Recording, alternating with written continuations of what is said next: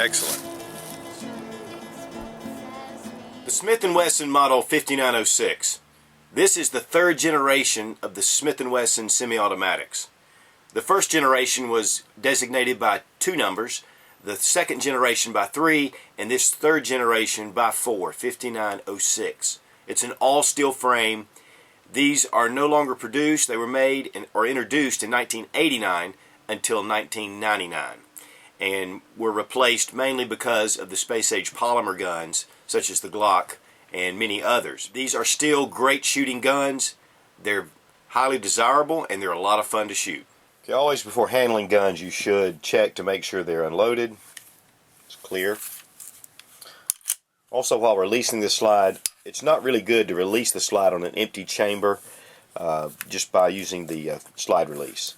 Now, one of the things you'll notice is the hammer is back, and as we pull the trigger, it does not release. There is a magazine disconnect safety, and what that does is actually a requirement for a lot of law enforcement agencies that when the magazine is out, the gun cannot be fired. And that has to do with if someone that you're arresting or you're having a confrontation with takes the gun from the officer, he can release the magazine and the gun will be pretty much useless. These guns do have ambidextrous safeties, as you can see, and they do have a hammer drop, which drops the hammer. It also, and I'm going to release it and show you, there is a block system that when this is pulled up, it actually blocks the firing pin. So it's impossible for this gun to fire. Many of the 5906s in certain law enforcement agencies were ordered without the hammer spur. Double action is when you can activate the trigger and it activates the hammer. That's double action. Or you can pull the hammer back for the first shot, and this is more for a target practice type situation. It's a lot easier to aim and for your trigger pull with it in single action mode. Here is the magazine release.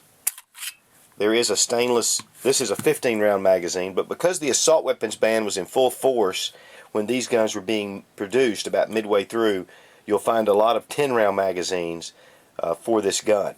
But there are 15 round magazines available. Orange follower, of course. I've just finished shooting this one and I need to give it a little cleaning. Nice butt plate to keep it very nice and uniform for the pistol. Now, while this gun does have wraparound plastic grips, there is one of the Hogue hand-alls on here to give it a little more heft and a little more comfort.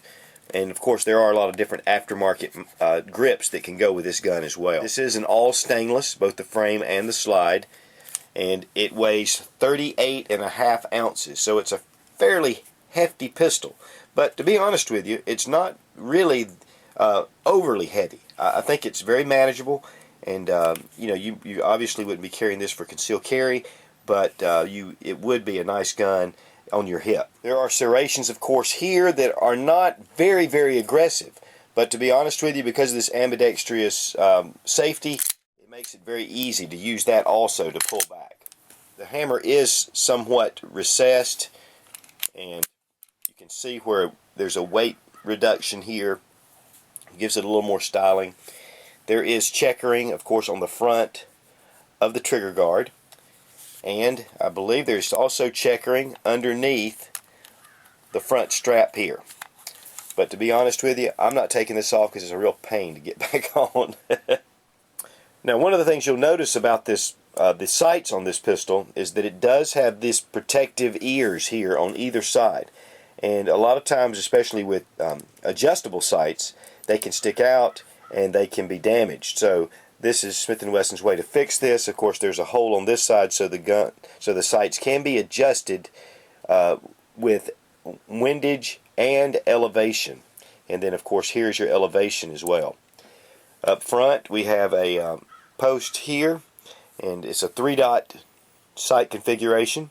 Very effective, and you can see where the insert is, where it can be replaced if needed.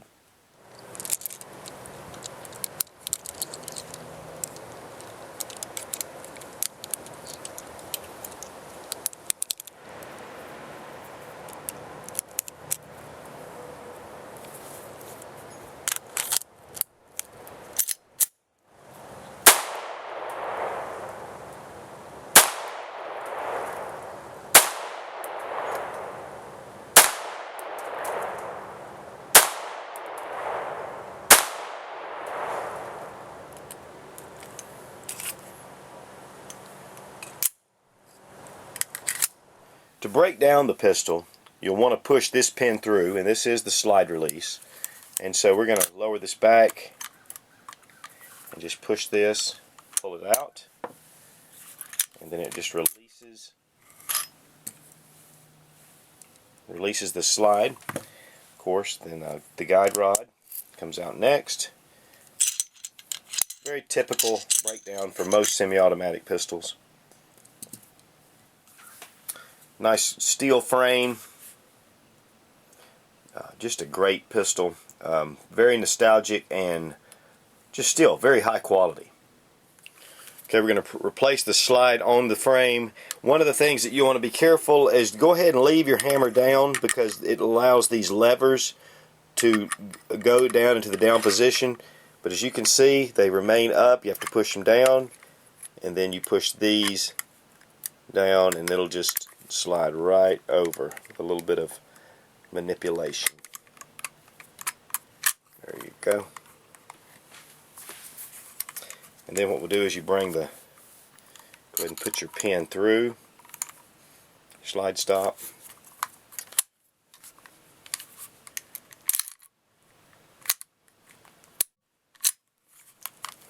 You're back in business.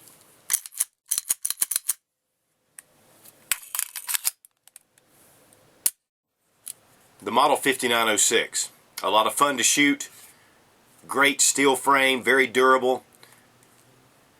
This gun will give you good service and a great self-defense weapon.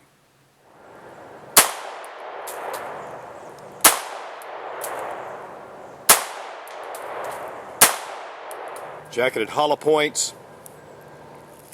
Here's the full metal jacket. Obviously the sights are just a little bit off to the left, but it's about 15 yards.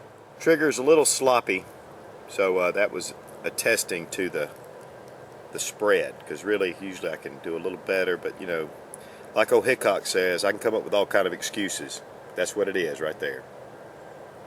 And as always, thanks for watching. Please subscribe for more fun gun reviews and sensible survival. God bless America. Long live the Republic.